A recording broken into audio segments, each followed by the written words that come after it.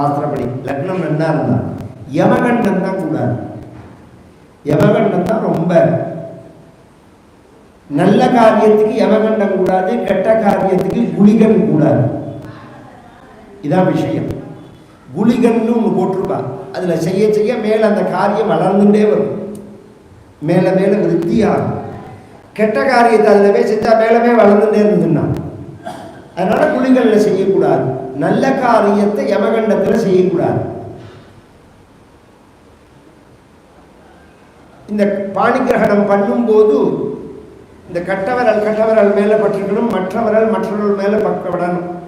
அங்குஷ்டேன மத்தியமயா சாங்குல்யா ஹஸ்தம் கிருஹ்யே எதிகாமயேன ஸ்திரீரேவ ஜனயேயமித்யங்குலீரேவ கிருஹ்ணீயாத் எதிகாமயேன பும்சயேவ ஜனயேயமித்யங்குஷ்டமேவ சோபீவாங்குஷ்டமபீவனோபாணி கிருஹ்ணாதி. இது சூத்திரம் ஆபஸ்தம்பரோடது. இதை பண்ணி வைக்கிற வாத்தியாருடைய மிஸ்டேக்குனாலையோ அல்லது இந்த கையை பிடிக்கிற பையனுடைய மிஸ்டேக்குனாலையோ இப்படி நான் சொன்னபடி பிடிக்காம இப்படி விட்டுட்டு இப்படி பிடிச்சான்னா என்ன ஆகும்னா, இப்படிலாம் பிடிக்கிறான், இப்படிங்கிறான். இந்த கொணஷ்டம் எல்லாம் இருக்கு. நேரடியாக சொன்னதுதான் செய்ய மாட்டேங்கிறானே தவிர இப்படி பிடிச்சான்னா அங்குஷ்டேன எதிகா பும்சையே அங்குஷ்டமேவா. கட்டவரலை மட்டும் பிடிச்சா புள்ளையா பிறக்கும், பொண்ணு பொறுக்காது. இந்த கட்டவரலை விட்டுட்டு இந்த கையை முடிச்ச மட்டும் பிடிச்சா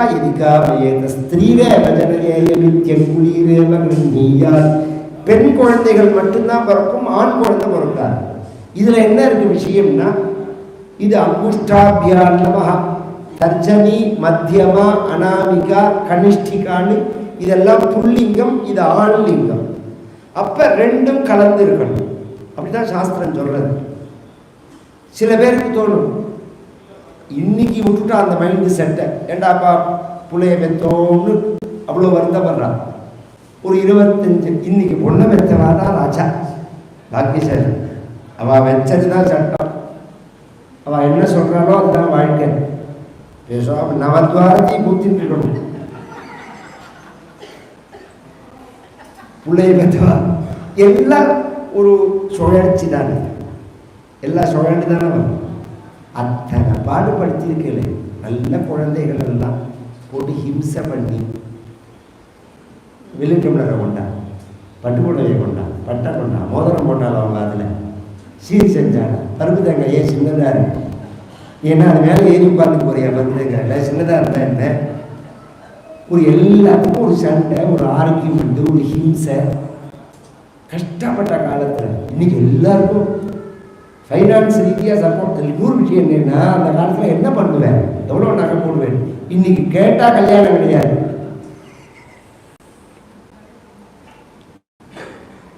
சாமர் குடும்பமா எல்லாம் பேசக்கூடாது இருக்கிறா பிள்ளை பெற்றவா.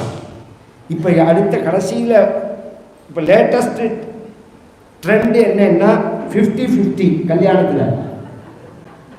நீ பாதி நான் பாதி செலவு. உண்மையாகவே அப்படி தான் பண்ணணும். ஒரு காலத்தில் என்ன பண்ணுவான்னா, கல்யாணம் பண்ணுறா பற்றில அவள் கல்யாணம் கன்னிகாதான பொண்ணாத்தில் தான் பண்ணி கொடுக்கணும்.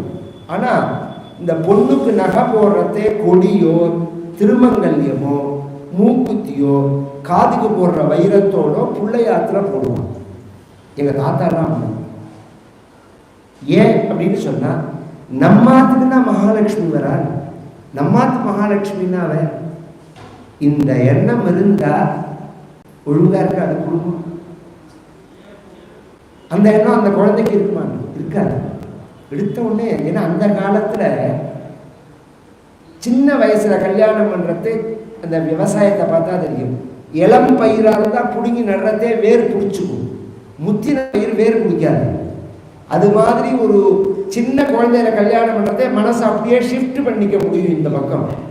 நீங்கள் 25-30 வயசுக்கு மேலே போயிட்ட எல்லாம் அதுக்கப்புறம் நீங்கள் என்ன இருந்தாலும் மெர்ஜாகிறதோ அல்லையோ நம்ம குழந்தை தானே, நம்ம குடும்பம் தானே. இகலோகம் பரலோகம்ங்கிறதே மாட்டு பொண்ணை நம்பி தானே இருக்கிற காலத்தில். சாப்பாடும் சரி, பின்னாடி ஏறதுதான் பிள்ளையும் சரி, அவளுக்கு இஷ்டம் இருந்தால் தான், இல்லைன்னா அரிசி வாய்க்காதான், சார்த்த கூட கிடையாது. இந்த எண்ணங்கள்லாம் இருந்ததுன்னா அதில் போய் டிஸ்டர்ப் பண்ணுவாள் எல்லாரும். என்ன எங்கள் தாத்தா சொல்லுவார், இது மாதிரிலாம் கம்பல் பண்ணி வாங்குற காசு பனி பெஞ்சு வெடியற மாதிரி, பனி பொழிஞ்சு சொட்டும். மனோபாவம் மகாலட்சுமின்னு நினச்சி அந்த பெண்ணை காலை எடுத்து வைக்கிறதே, காலை பிடிச்சி வைக்கிறதே அந்த வேதம் சொல்றது. ஏகமிஷே விஷ்ணுஸ்துவான் வேது துவே ஊர்ஜே விஷ்ணுஸ்துவான், 7 அடி எடுத்து வைப்பாலும் அதுக்குள்ள மந்திரம் அது. த்ரீணி மிருதாய விஷ்ணுஸ்துவான் வேது சத்வாரி மாயோ பவாய விஷ்ணுஸ்துவான் வேது. அந்த அடி வைப்பில் நீ எடுத்து வைக்கிற அடி வைப்பில் ஒவ்வொரு மங்களம் எங்காத்துக்கு வரணும் அப்படின்னு பிரார்த்தனை. எங்காத்துல அன்ன தட்டுப்பாடே இருக்கக்கூடாது. துவே ஊர்ஜே, வீட்டில் உள்ளவா அத்தனை பேரும் ஆரோக்கியமா இருக்கும், நிறைய கல்யாணம் காத்து நடக்கணும். இப்படி எல்லாம் பிரார்த்திச்சு அந்த பொண்ணை அடி எடுத்து வச்சோம்னா என்ன ஆகும்னா மழை பெஞ்சு வெடியறா மாதிரி. அந்த பொண்ணு கால் எடுத்து வச்சுட்டு வந்தான்னா அப்படியே அந்த அதிர்ஷ்டம் முழுக்க இந்த அதுக்கு ஷிஃப்ட் ஆகிடும். அந்த அந்த அந்த மகாலட்சுமி ஆற்றுக்கு வரான்னு வச்சுக்கோங்க, அந்த வர அடி வைப்புல கொட்டும். அந்த எண்ணம் இருந்து கல்யாணம் பண்ணணும். நீ என்ன பண்ண, ஏத்த பண்ண. பொண்ணு பிறந்தா இன்னொரு விசேஷம் சொல்றேன். அந்த காலத்துல, இன்னைக்கு அதெல்லாம் ஒண்ணுமே கிடையாது. அந்த காலத்துலலாம் என்ன பண்ணுவான்னா, இந்த இந்த பையனை கல்யாணம் ஆன மாப்பிள்ளை இருக்கா பத்தியா, ஆடிக்கு கூப்பிடுவா, தலை தீபாவளிக்கு கூப்பிடுவா. இது மாதிரிலாம் அடிக்கடி ஏதாவது உண்டு. பொதுவாக இந்த தஞ்சாவூர் ஜில்லா தமிழ்நாட்டிலே சில சம்பிரதாயம் வந்து, மாப்பிள்ளை வந்தால் பாயசம் வைப்பான். பாயசம் வச்சு போடுவா, விசேஷ சமையல் போடுவா. பொண்ணை பெற்றோம்னு வச்சுக்கோங்களேன், அப்பப்போ மாப்பிள்ளை வரதே நல்ல சாப்பாடு நமக்கும் கிடைக்கும். பிள்ளைய பெற்றா பெட்டுவாடா குழந்தைன்னு அவளுக்கு 2 கப்பல கஷ்டம்னு கொடுத்ததோட சரியா போச்சாள். கண்டிக்காதான நம்ம அவன் பண்ணானே தவிர நாம தான் பண்றோம். உண்மையா புருஷதானம் நாம தான் பண்றோம். அதுக்கப்புறம் அஸ்மாச்சமே தான் நமக்கு ஒன்றும் கிடையாது. பெண் இருந்தாதான் இத்தனை உற்சவங்கள் நடக்கும். ஆம், எப்போதும் நித்திய கல்யாணமா இருக்கணும்னு நினைக்கணும். இந்த எண்ணங்கள்லாம் கடன் வாங்கி செய்வார். 4 பேர் ஆத்துக்கு வரணும்னு நினைப்பார். அந்த பேச்சே கிடையாது, அந்த பேச்சே கிடையாது. எல்லாம் உங்காத்திலேயே இருக்கட்டும், அப்படியே கிருஷ்ணா ஸ்வீட்ஸில் வாங்கிட்டு வந்து கொடுத்துட்றேங்கிறான். என்ன மனோபாவமோ என்ன புத்தியோ அது வேற விஷயம். இதெல்லாம் ஒரு ஆச்சரியமான வாழ்க்கை முறை அந்த காலத்தில். அதனால இந்த பீஷ்மகர் 5 மகனுக்கு அப்புறம் மகாலட்சுமி மந்திரத்தை உபதேசம் வாங்கிட்டு ஒரு பெண்ணு பிறக்கிறார். ருக்மக்ரஜோ ருக்மரதா ருக்மபாபுரணந்தரா ருக்மகேஷோ ருக்மமாலி ருக்மிண்யேஷாம் ஸ்வசாசதி. 6ஆவதா ஒரு பெண்ணு பிறக்கிறா. பெண்ணு பிறக்கணும்னு ஆசைப்பட்டா போறாது, பெண்ணை வளர்க்கிறது ரொம்ப அவசியம். ஏன்னா நம்ம சாஸ்திரங்கள்ல ஸ்திரீ தர்மம் சர்வ தர்மத்துக்கும் ஆதாரம்னு இருக்கு. ராஜ தர்மமும் ஸ்திரீ தர்மமும் தான் சர்வ தர்மத்துக்கும் ஆதாரம். இது ரெண்டும் கட்டுப்படுத்தினா எல்லாமே கட்டுப்படும் அப்படிங்கிறத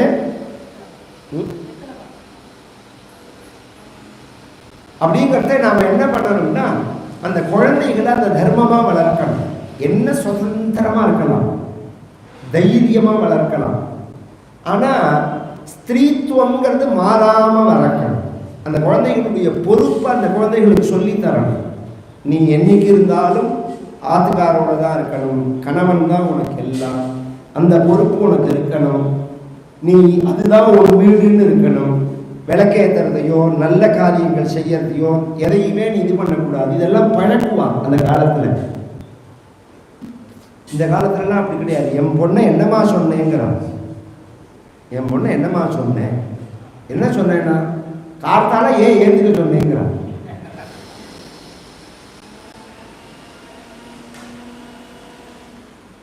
இது 1-2 விஷயமா இருந்தால் கதையில் பேசலாம். ஒவ்வொரு நாளும் ஒவ்வொருத்தரும் வருத்தப்படுற விஷயங்களை பார்த்தோம்னு வச்சுக்கோங்களேன், அவ்வளோ சிரமமாக இருக்கும். இந்த கல்யாணத்தை பண்ணி கொடுத்துட்டு அந்த பொண்ணு படுத்துற பாடி. இதில் என்ன சுவாரஸ்யம்னா, ஏதோ அதானி அம்பானி வீட்டிலேருந்து பொண்ணுல சௌக்கியமாக இருந்து வந்து இங்கே அவளால் வெளிச்சாக முடியலன்னா கூட நியாயம் இருக்கலாம். இங்கே அத்தனை வசதிகளை நாம் பண்ணி கொடுத்தாலும் என்னமோ நம்மளை பிச்சைக்கார மாதிரி நினைக்கிறது. இதெல்லாம் சைக்கிள். இப்போ உள்ள சுச்சுவேஷன் இது இப்படியே போயிடாது, இப்படியே போயிடாது. இன்னொரு 10 வருடம் கழிச்சா இது மாறுது.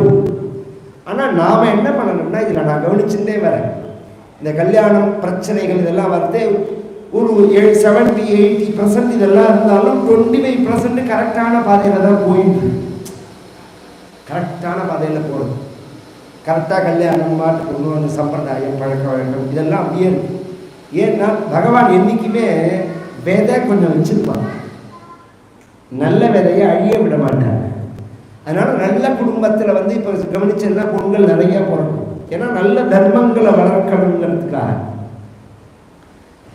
இந்த குழந்தைக்கு சொல்லி கொடுக்குற அவ அம்மா, ருக்மணியோட அம்மா, பெண்ணா பிறந்தா போறாது, புடவை நகை பூண்டா போறாது.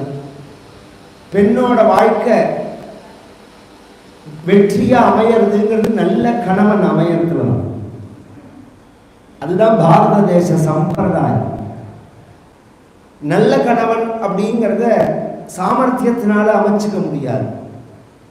ஈஸ்வர அனுகிரகத்தினால, தெய்வத்தினுடைய அருளால தான் நல்ல கணவன் கிடைப்பான். தெய்வத்தினுடைய அருள்ங்கிறது கடத்தெருவில் காசு கொடுத்து வாங்கிறது இல்லை. தெய்வத்தை வணங்கக்கூடிய அடியார்களுடைய அருளால தான் தெய்வத்தினுடைய அருளை அடைய முடியும். பகவத்கிருபைய பாகவதால தான் அடைய முடியும். அதனால மகான்களை பூஜை பண்ணுன்னு சொல்லுவாங்க. இதெல்லாம் சரித்திரத்தில் நிறைய நான் திருஷ்டாந்தம் சொல்லுவேன். மகாபாரதம் எடுத்துப்போமே, குந்திக்கு துர்வாசர் ஒரு மந்திரம் உபதேசம். குந்தி வந்து ராஜகுமாரியா இருக்கிற காலத்துல துர்வாசர் வீட்டுக்கு வரது, அந்த துர்வாசருக்கு 6 வயசுல சிசுரூஷ பண்றார். குந்தி பணிவிட பண்ண சொல்றார். பூஜைக்கு எடுத்து வை, பாத்திரம் எடுத்து வை, புஷ்பம் எடுத்து வை. ஒரு 10 நாள் தங்கியிருப்பார் துர்வாசர்.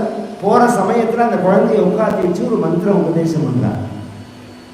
இந்த மந்திரம் உனக்கு பின்னாடி உபயோகப்படும்மா அப்படின்னு சொல்லிட்டு அந்த மந்திரத்தினாலதான் குழந்தை பிறகு. அது மாதிரி திரௌபதி காலத்துல வசிஷ்டர் வரார் பாஞ்சால தேசத்துக்கு. ஒரு 2 நாளோ 4 நாளோ தங்கி இருக்கிறதே இவருக்கு சிசுரூஷ பண்றார். சிசுரூஷ பண்றதை பார்த்துட்டு சந்தோஷப்பட்டு ஒரு நாளைக்கு கூப்பிட்டு வச்சு உட்காத்தி வச்சு பகவன் நாமாவை உபதேசம் பண்றார் வசிஷ்டர். மகத்யாபதி சம்பிராப்தே ஸ்மர்த்தவியோ பகவான் ஹரி.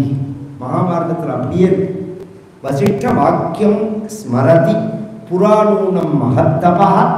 அந்த புடவையை பிடிச்சி இழுக்கும் போது முதல்லெல்லாம் இவா காப்பாற்றுவார்கள், அவர்கள் காப்பாற்றுவார்கள்ங்கிற எண்ணம் ஓடி இந்த திரௌபதிக்கு அன்னைக்கு வசிஷ்டர் சொன்னது ஞாபகம் வருது. அம்மா, பெரிய ஆபத்து வர காலத்துல இப்ப நான் சொல்லி கொடுத்தேனே இந்த நாமாவை சொல்லு அப்படின்னு அவர் சொன்னதுனாலதான் கோவிந்தான்னு சொன்னது.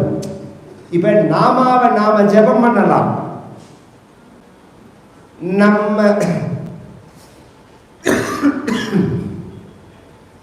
நம்ம நாலஞ்சோட இருக்கிற காலத்துல நாம பகவன் நாமா சொல்றது பெரிய விஷயம் இல்லை. நம்ம சுயநினைவு இல்லாத காலத்துல சொல்லணும். பட்டுன்னு ஒரு இடத்துல இடிச்சு விட்டா உடனே ராமாண்ண வாயில வருது அப்படி கிடையாது. ஒரு சின்ன பயம் வந்தா, பாத்ரூம்ல கரப்பு வந்தா ராம ராம ராமா அப்படின்னு நான் சொல்லுவான். அப்படி சொல்றது ராஜி எதுவும் கொச்சையா தானே சொல்லணும். ஏன்னா ராமகிருஷ்ண வரம்சன் சொல்லுவார், கிளிக்கு ராமா ராமா கிருஷ்ணா கிருஷ்ணான்னு சொல்லுன்னு நாம பழக்கினாலும் அது சொன்னாலும் அதை பூனை பிடிக்க வரதே ராமா ராமான்னு சொல்லாது, கீச்சு கீச்சுன்னு தான் கத்தும். ஏன்னா அதுக்கு என்னதான் நீ பழக்கினாலும் கீச்சு கீச்சுன்னு கத்துறது அதோட வாசனை. ராமா ராமான்னு சொல்றது சமீப காலமா.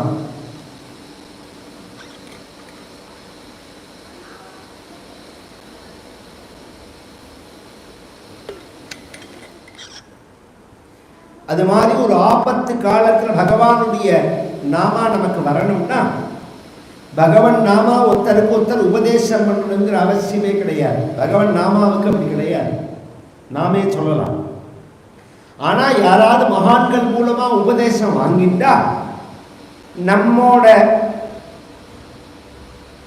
கண்ட்ரோல்ல இல்லாத போது அந்த மகான்களுடைய அனுகிரகத்தினால அது நினைவுக்கு வரும். மகாபாரதத்துல அந்த புடவையை பிடிச்சு இழுக்கும் போது வசிஷ்ட வாக்கியம் ஸ்மரதி, மகத்யாபதி சம்பிராப்தே ஸ்மர்த்தவியோ பகவான் ஹரி. அது மாதிரி பூஜை பண்ண சொல்றார். நிறைய மகான்கள் வருவார்கள். இந்த காலங்கள்லாம் எனக்கே தெரியும், ஒண்டியா சாப்பிட்டதே கிடையாது. எங்க வடகுண்டிங்கிற கிராமம் குக்கிராமம். அந்த ஊர்ல எங்க தாத்தாவோட நாங்க இருக்கிறது. இன்னி பிறந்து அதுக்கு பஸ் கிடையாது. அந்த ஊர் நீங்க 1.5 கிலோமீட்டர் 2 கிலோமீட்டர் நடந்துதான் உள்ள வரணும். மழை காலம் வந்தா அதுவும் சிரமம். அப்படி உள்ள ஒரு ரூரல் ஏரியா. அந்த ஊருக்கு தினம் 2 பேர் 4 பேர் வருவாங்க. எங்க பாட்டி சமைச்சு போடுவாங்க. எங்க பாட்டி கையால எனக்கு தெரிஞ்சு என்னோட ஒரு 12-13 வருஷத்துக்குள்ள 1,00,000 பேருக்கு சாப்பாடு போடுவாங்க. தினம் வருவா. யாராவது பார்க்கறதுக்கு வருவா. வந்தோடனே கை கால் வலின்னு சாப்பிட்டு போகும் தாத்தா. இல்லைன்னா கங்காளிகள்னு வருவா. அந்த காலத்துல வந்து திண்ணையிலேயே உட்காந்துருப்பா. மாமா நான் சாப்பிட்றேன் சாப்பிடும். இலை போடுற சமயத்துல நம்ம பேர் சொல்லலைனாலும் வாசல்ல பார்த்தா யாராவது இருப்பார். வாங்கோடு கூப்பிட்டு சாப்பாடு போடுவான். இதெல்லாம் ஒரு சம்பிரதாயம். மகான்கள்லாம் தேடின்னு வந்தால் அவளுக்கு நமஸ்காரம் பண்ணுவாள். இது மாதிரி யாராவது விசேஷமாக தாத்தாவை பார்க்கறதுக்கு மகான்கள்லாம் வந்தார்கள்னு வச்சுக்கோங்களேன். சேகாலிபுரத்துலேருந்து வரா, இதில் கும்பகோணத்துலேருந்து வரா, பக்கத்தில் சிலபிலேருந்து ஒரு யாரோ ஒரு சாட்சி வந்திருக்காருன்னா ஆற்றுல உள்ள ஸ்திரீக்கள்லாம் என்ன பண்ணுவா, வந்து ஒரு தடவை நமஸ்காரம் பண்ணிட்டு உள்ளே போவோம். இதெல்லாம் நான் பார்த்துருக்கேன். எங்கள் ஆற்றுக்கு குரு வந்தாருன்னா அனந்தநாராயண தீட்சிதர்னு பேர், ஐயா தீட்சிதர்னு பேர். அவள் ஆற்றுக்கு வந்தான்னா வந்து உட்கார்ந்துட்ட உடனே தாத்தாவோட பேசுறதுக்குள்ள எல்லாரும் வந்து நமஸ்காரம் பண்ணிட்டு போவாங்க. இதெல்லாம் ஒரு சிஸ்டம். இது அது மாதிரி இவ ருக்மணி பூஜை பண்ணுறா. பூஜை பண்ணினா அந்த பாதத்தை அலம்பி அவளுக்கு புஷ்பத்தை போட்டு பூஜை பண்ணும்போது இந்த குழந்தை இவ்வளோ ஸ்ரத்தையாக இருக்கிறத பார்த்துட்டு உனக்கு ஏற்ற ஒரு ஆத்துக்காரர் கிடைக்கணும் நான் பார்த்து வச்சிருக்கேன் இப்படி நிமிர்ந்து பார்ப்பா. மாமா சொல்றேங்கிறதுக்காக நீ கல்யாணம் பண்ணிக்க வேண்டாம். அவன் எப்படி தெரியுமா இருப்பான்? பிருந்தாவன விஹாரம் பத்த மயூர பர்ஹம் நந்த நந்த நம்மகில ஆனந்தகர விக்கிரகம் விக்ஷேகம் கதா கோபாலமூர்த்திம். நாராயண தீர்த்தர் தரங்கத்தில் சொல்றார். இங்க என்ன சொல்றார் பாகவதத்துல? கிருஹாகதையில் கீயமானாக, வீட்டுக்கு வந்த காயகர்கள் பாடுறவர்கள் பகவானை பத்தி பாடினத்தினால ருக்மணி தம்மேனே சதிருஷம் பதி, பார்க்காமலேயே அந்த கண்ணனை கல்யாணம் பண்ணிக்கணும்னு ஆசைப்பட்டாள். அதை ஒரு பாட்டா சொல்றார் நாராயண தீர்த்தன். இது மாதிரி பகவானை வர்ணிச்ச உடனே ருக்மணிக்கு தோணுமாம். என்ன தோணும்? விக்ஷேகம் கதா, அந்த கிருஷ்ணனை நான் எப்ப பார்ப்பேன் அப்படின்னு.